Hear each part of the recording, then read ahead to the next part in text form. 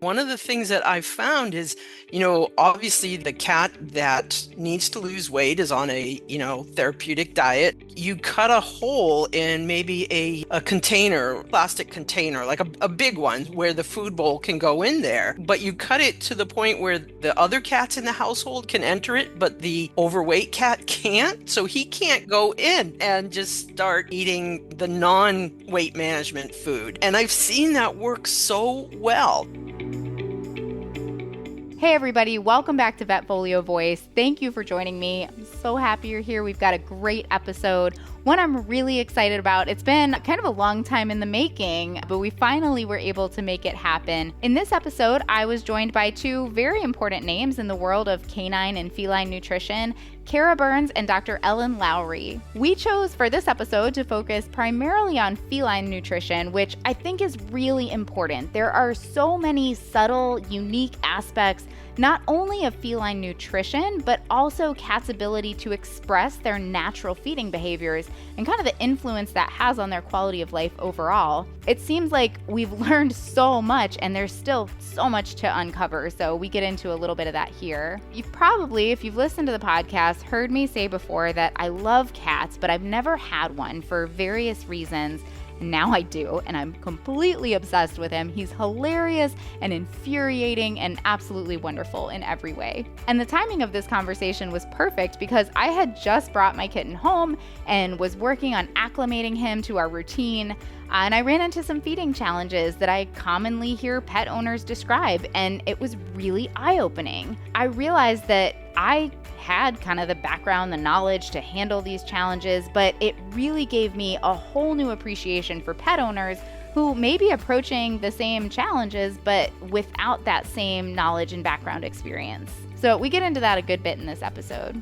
This was a long conversation. Even as we got close to the end of the time we had scheduled, the conversation was so good. I asked if everybody could stick around a little bit longer, and they both graciously agreed and made some extra time. So all that to say, let me wrap up there.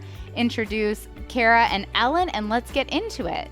Dr. Ellen Lowry has a PhD in comparative pathology and an MBA focused on leadership and marketing. She currently serves as the director of the Veterinary Oral Health Council and previously was Associate Dean and Chief Veterinary Officer of Hospital Operations at Purdue University College of Veterinary Medicine. She served on the Dean's Cabinet and oversaw the hospital's mission, vision, and goals, ensuring excellence in clinical care, research, and education, while creating an inclusive and engaging environment for students, house officers, faculty, and staff. Dr. Lowry has held leadership roles in industry at Hill's Pet Nutrition, including Director of U.S. Professional and Veterinary Affairs, and has experience in private practice and academia, including at Kansas State University. She's a passionate advocate for leadership, professional development, and well-being, serving on numerous veterinary boards and speaking widely on dentistry, nutrition, and leadership. Kara Burns is a licensed veterinary technician with master's degrees in physiology and counseling psychology. She began her career in human medicine as an emergency psychologist and poison specialist, working with both people and animals. Kara is the founder, past president, and current executive director of the Academy of Veterinary Nutrition Technicians, and she teaches nutrition courses around the world. She's also an independent nutritional and well-being consultant and editor-in-chief of Today's Veterinary Nurse. Kara has held numerous leadership roles in veterinary organizations, including NAVDA past president, chair-elect of the Every Cat Health Foundation, and the first technician to serve as president of the Pet Nutrition Alliance. She's authored nearly 200 articles, textbooks, and textbook chapters, and is an internationally invited speaker on nutrition, leadership, communication, and technician utilization. She's also been named the NAVDA Veterinary Technician of the Year and North American Veterinary Conference Technician Speaker of the Year multiple times. They were both wonderful guests, as you can imagine. It was a great conversation. Let's go ahead and get into it.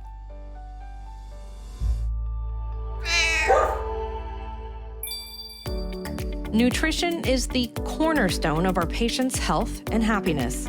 The veterinary healthcare team should be the ultimate source for top-notch pet nutrition info. When clients see how the right diet helps their pets stay healthy and happy, they visit us more often. Remember, good nutrition is essential. It's smart business and great medicine. Enroll in the NAVC Pet Nutrition Coach certification today on vetfolio.com.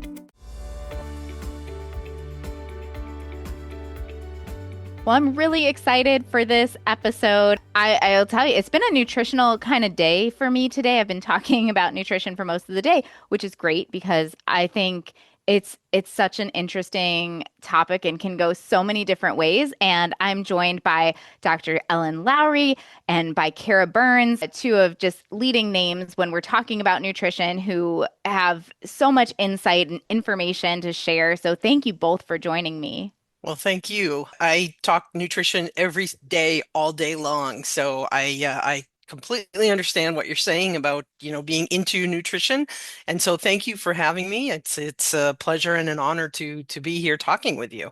And I echo that as well. We're just glad for the opportunity, and we love to talk about good nutrition for pets. Absolutely. Gosh, talking nutrition all day, every day. I mean, there's so much to say about it. And we're going to dive into a topic that it can be, complex for a number of different reasons and talk about feeding cats. When we first touched base to kind of get into this topic and get an idea of where we were going with everything, I had mentioned that I have a kitten at home now, and I have a whole new appreciation for some of the challenges that pet owners bring up when it comes to feeding cats. And so I'm looking forward to getting insights from both of you from the nutrition standpoint and communication standpoint as well. I mean, I really can appreciate a lot of the challenges that pet owners are up against when it comes to feeding cats. Well, congratulations on that kitten. Thank So, you. yeah, they bring so much fun and joy to our life. And, some of the things that we'll talk about today are the natural behaviors that you're probably seeing that a lot of people just, think, oh, that's just a cat. But there's reasons they do that. And that all ties into how we can enhance their nutrition as well. Yes, no doubt about it that there are a number of behaviors that I'm seeing that I have certainly heard attributed to, oh, that's just a cat. Oh, that's just how they are. I feel fortunate to have the background that I do to say, okay, but we can adjust this if needed. And one of those comes down to what we're feeding our cats. There's, a lot of talk about dry food versus canned food versus combination. So let me ask you both. What is your opinion on what we're feeding our cats? Is there data to say it should be all canned food, all dry food, a combination of the two and proportions? What do we know currently? That's a great question. And really the question of whether cats are healthier if they're fed canned or dry or both is really more complicated than it seems, right? It's one of those, oh no, it depends questions. Right. Universal Um, answer to medicine. Yeah, exactly. And that's mainly due to there's so many nutritional variables affecting health and disease that are not determined just by whether the food is dry or canned. Like macronutrient content can vary dramatically between diets. So, while dry foods are typically higher in carbohydrates than canned diets, they can be higher or lower than canned foods in fat or protein. So to say, oh, dry food is high in carbohydrates, therefore it's bad, we can't make that, assumption. It's not as simple as that. There's other variables such as caloric density, the how much is being fed, and the feeding pattern, which I know that we're going to talk a little bit more about.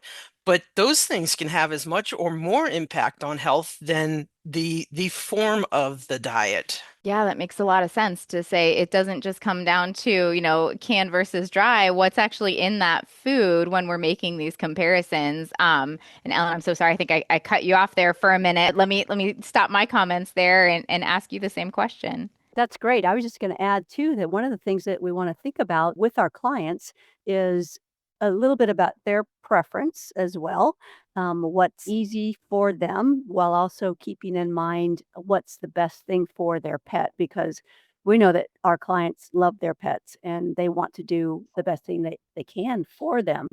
And there are some other advantages with feeding a combination of both canned and dry food. The canned foods bring a higher water content just naturally by the fact that they're a canned food, and that can be very beneficial for cats as well.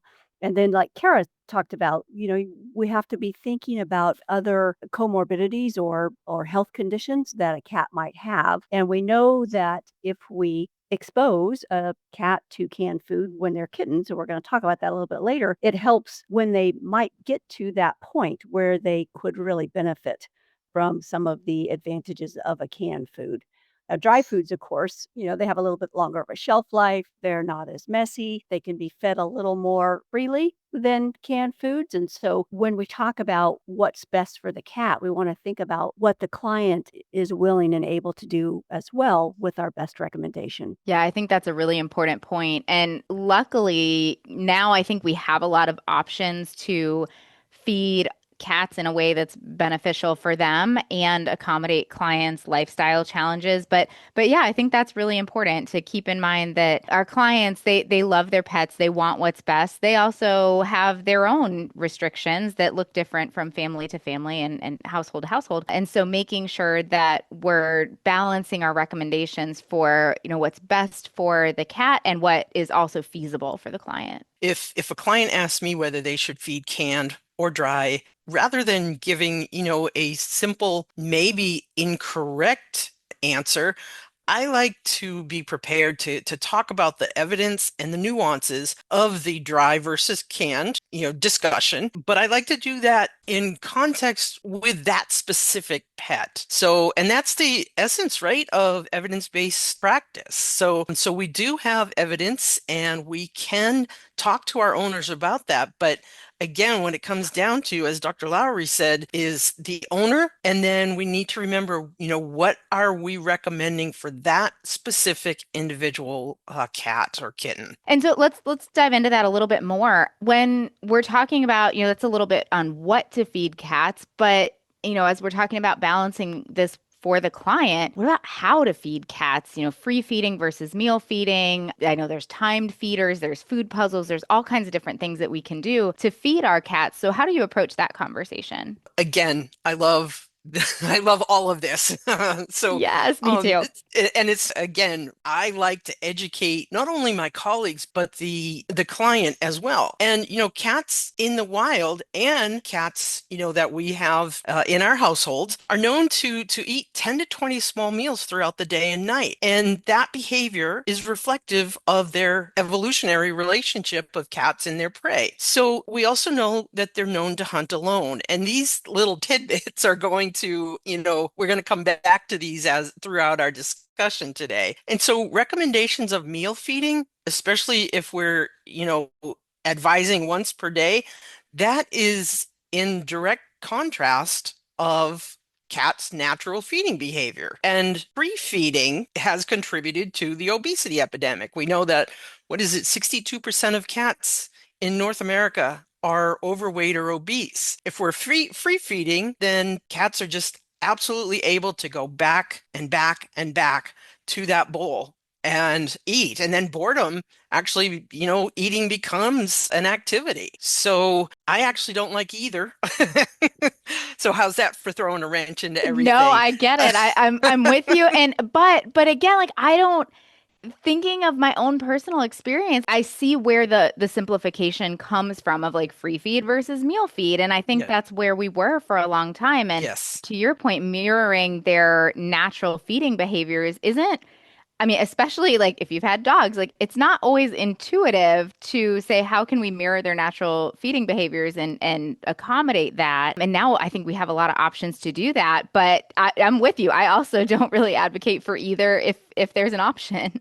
Right. Yeah. So typically what I suggest to healthcare teams is that we calculate the amount that cat has to eat, in a day. So we do our RER and our DER.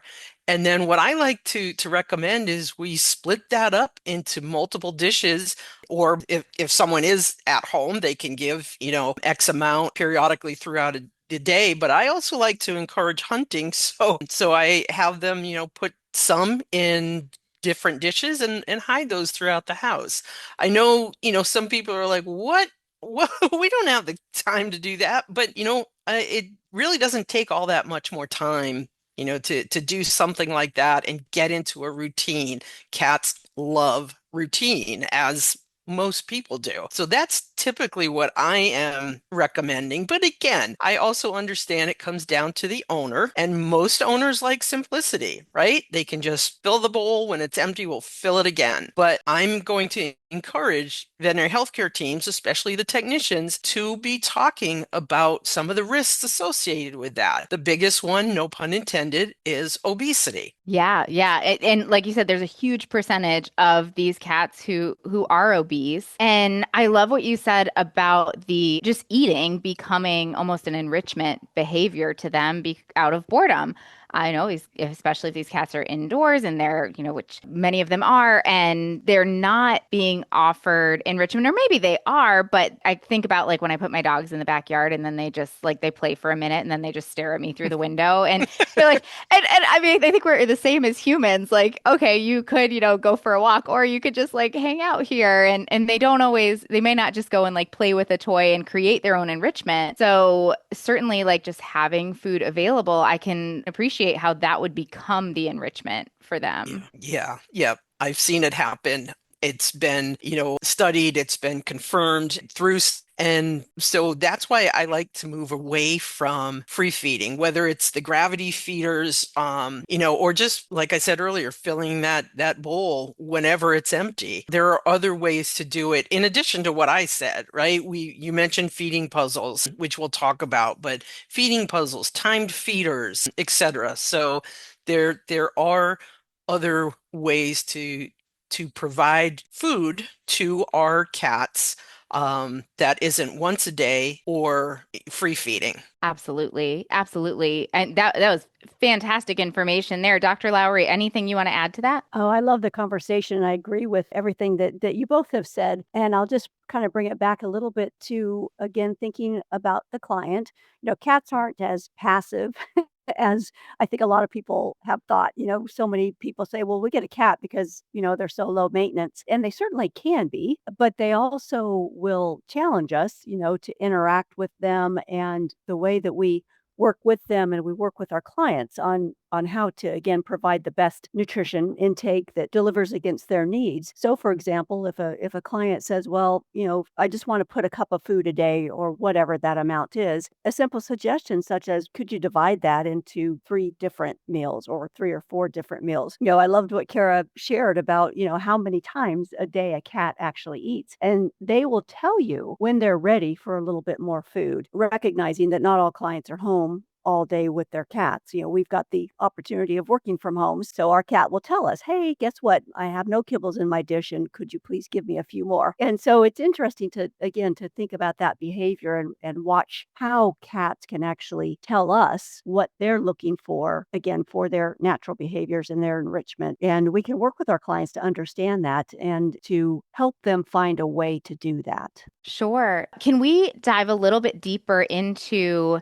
some of the ways that we can accommodate enrichment and hunting behavior and eating multiple meals throughout the day for those clients who maybe are gone at work during the day and aren't there to refill the bowl if it gets empty, because I could certainly see having that conversation in an exam room to say, I know our clients would fill the bowl if they were home, but to say, well, what do I do if I'm gone during the day and my cat still wants to hunt and I want to do what I can to mimic their natural behaviors and give them that enrichment. Yeah, I love talking about enrichment because it's just, it's the way that we help our pets express that natural instinct or behavior that they have, which supports their overall well-being.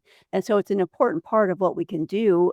And oftentimes I think, at least historically, has been somewhat ignored, especially with cats. And cats are hunters. They love to prowl, they love to pounce, they love to solve problems. And so anything that we can help our clients understand, whether that is, can you put a small amount of food in different bowls in different locations in the household that they require the cat to move around and go search for their food? Can we put them in a food puzzle? And this doesn't have to be an expensive type of food puzzle that somebody buys. There's lots of great ideas on how to create those on your own and hide the food with some toys or in a different type of a dish. Can we even provide different types of food bowls throughout the house? And so those are just a few things that we can think about talking with our clients about in ways that will provide that enrichment for their cat. Absolutely. Before I move on to kind of my next question here, Kara, anything you want to add to that? No, that was wonderful. I second what Dr. Lowry was saying, the importance of environmental enrichment. I mean, it's fundamental to ensuring animal welfare. If you look at non-domesticated animals, they are foraging for food to fulfill their caloric needs. So again, we're trying to mirror, as Ellen said, the behaviors that they know instinctually inside the house now that they are domesticated house cats. So, providing those tools and enrichment that encourage that foraging behavior and cognitive stimulation, right? We talked about boredom. Cats need to be cognitively stimulated. So, feeding puzzles is one great way of doing that. And again, I'm just reiterating what Dr. Lowry said. They don't have to be expensive. There are some nice expensive ones out there, but they can be homemade. It's really just trying to get the nutrition into these guys while at the same time providing, stimulation, cognitive stimulation, giving them some exercise as well. A food puzzle can be any object containing food that requires the pet to think about how to get that food out of there. And I especially like the ones that get them moving, such as a water bottle, an empty water bottle, maybe with a hole in it, and you put the kibbles in there and they have to, roll it around the house. These things aren't rocket science, but they get our cats moving and stimulated. I love that idea with the water bottle. Gosh, that's something so simple to say, just something to try at home and roll it around. And I think this is why I get so excited about this conversation, to echo some of what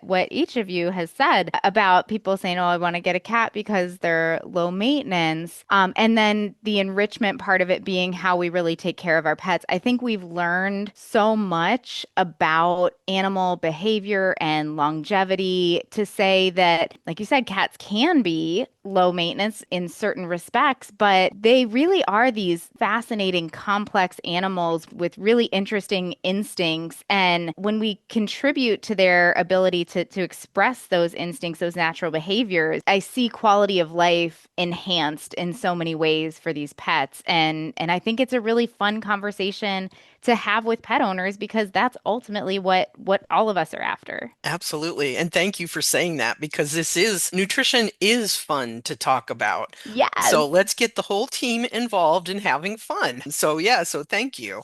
Oh, absolutely. Yeah, I mean, heck, who doesn't love I mean, I love a good food, and I think that's a form of enrichment for me too. So I get it. Um, kind of contributing down this road of client communication. What about when we're recommending a specific food, and maybe we have an overweight cat and we're recommending a lower calorie diet along with some of these enhancements? What if we have a pet owner who says, well, I can't feed that recommended diet because I have multiple cats, or I have a dog in the house and that's creating this challenge with how I'm feeding my cats? How do you attack some of those? Attack's probably a terrible word. How do you approach some of those I guess concerns that clients might have? Yeah, that's such a great question because it's a real question. We know that multiple pet households are very common. So not only more than one cat, but also introducing, dogs into the situation. And we all know how much dogs love cat food. And Yes. so they're gonna try to get to it however they can. And it's interesting because oftentimes the first response, I think just natural human behavior sometimes, is I can't do that. When what they actually mean is I haven't done that before, and I don't know how to do that. And so, if we can think through that, ask them and listen to them. Well, what are your concerns? How many pets do you have? Do your pets get along, etc.? But then give them some ideas. So, for example, it is very feasible to separate cats at the time of feeding. It's okay to put up a barrier between cats that are eating. And simply, sometimes, even though a specific therapeutic food may be recommended, it could also be appropriate for the other cat. Now, that's obviously the veterinary team's recommendation and decision with each unique pet, but there are some things that can be explored. It's not a black and white answer to that. One thing that I always recommend with dogs is really provide your cat or cats with their private space to feel safe, um, without the concern of the dog running in to get their food or chase them away from their food. And so things as simple as, buying a baby gate and putting it in front of a, small room.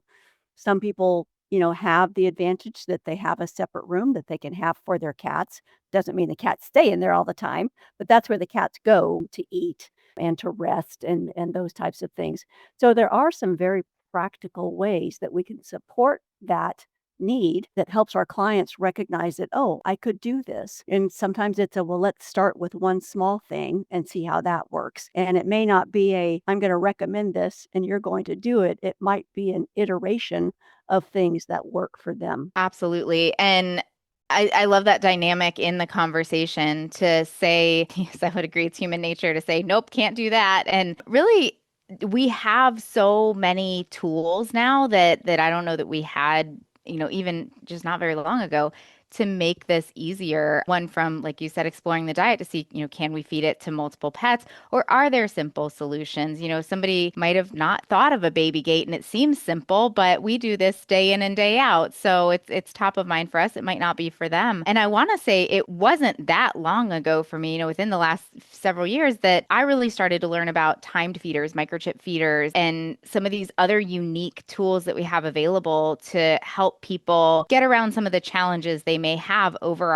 our feeding recommendations. And if they're still relatively novel to me, you can imagine they're probably pretty novel for a lot of pet owners as well. So approaching that conversation as I understand why it's an immediate no off the bat, but let's talk about some of the tools that are out there that may be able to help with the challenge that you specifically are up against. Yeah, absolutely.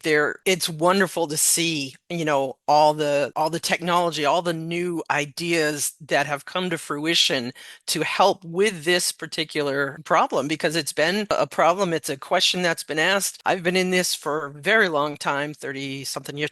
And, and I've had this question from the beginning, so now to have these types of tools to be able to offer clients is just amazing.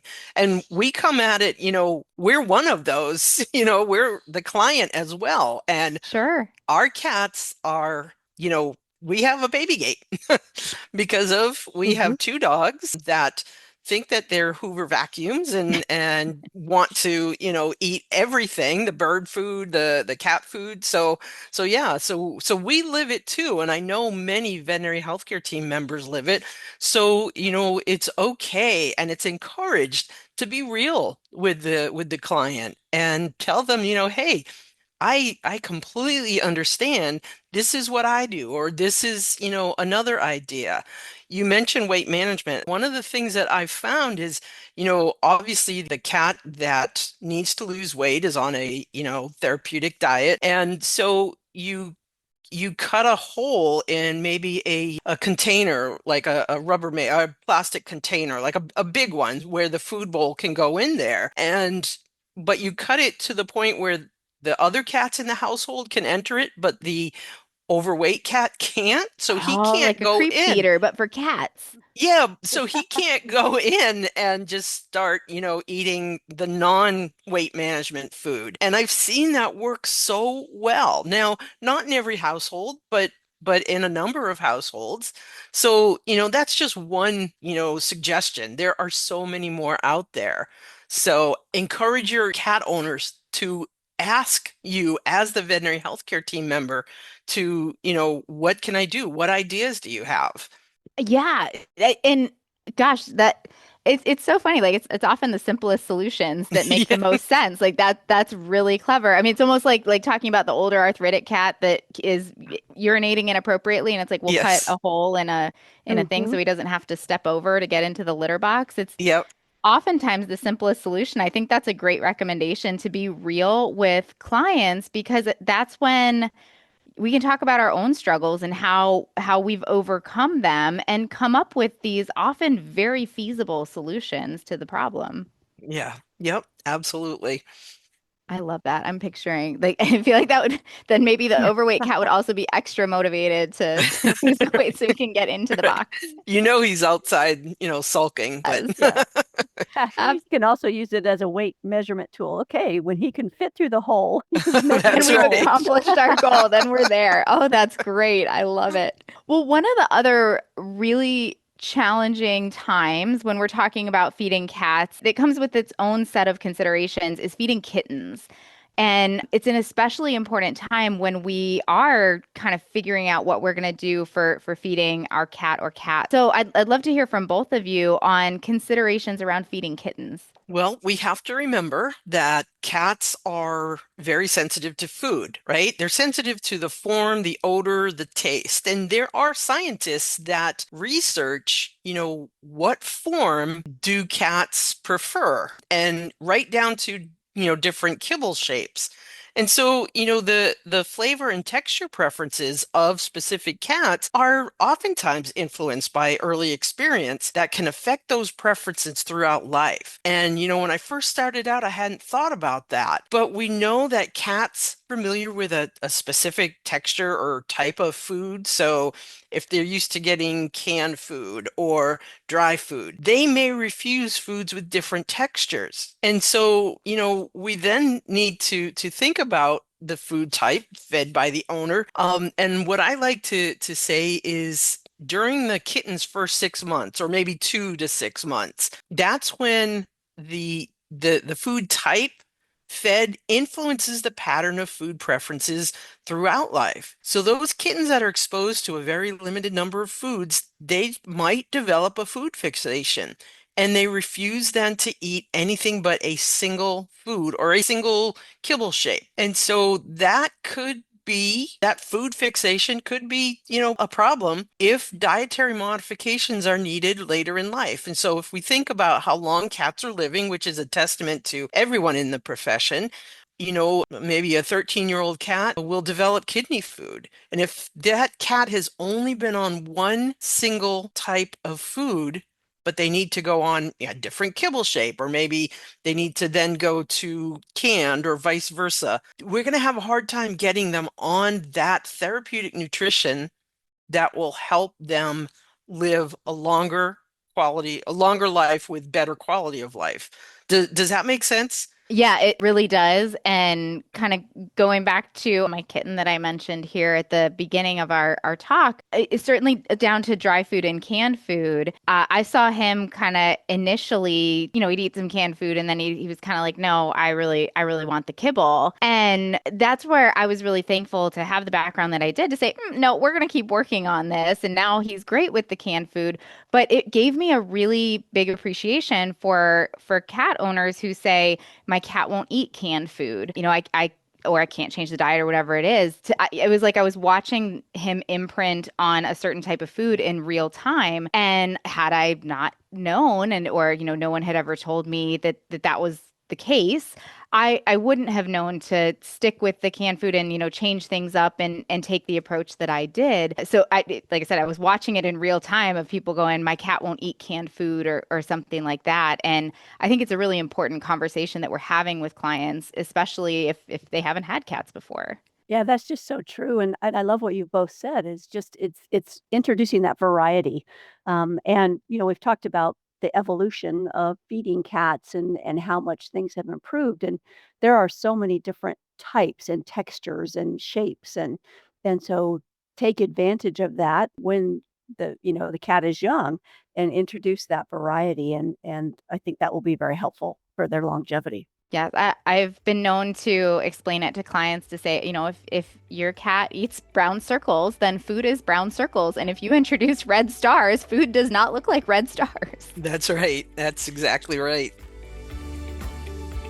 Thank you, everyone, for joining us. I hope you got a lot out of that episode. I'm sure you could tell that I certainly did. Kara, Dr. Lowry, thank you so much for all of your amazing insight. I learned so much every time we talked. This was certainly no exception. If you enjoyed this episode, please leave us a 5-star review wherever you get your podcast to help other veterinary professionals like you find this and other great content we try to put out there. If you want to hear more episodes, you can click on the education tab on the VetFolio website or find us wherever you get your podcasts. As always, we'd love to hear your input on this episode as well as ideas for topics you'd like to hear from us in the future. So feel free to reach out to me at dvm@vetfolio.com. You can also visit my Facebook page at Dr. Cassie DVM, or we can connect on Instagram at dr.cassie.dvm. And remember, if one animal is better off because of you today, it's a great day.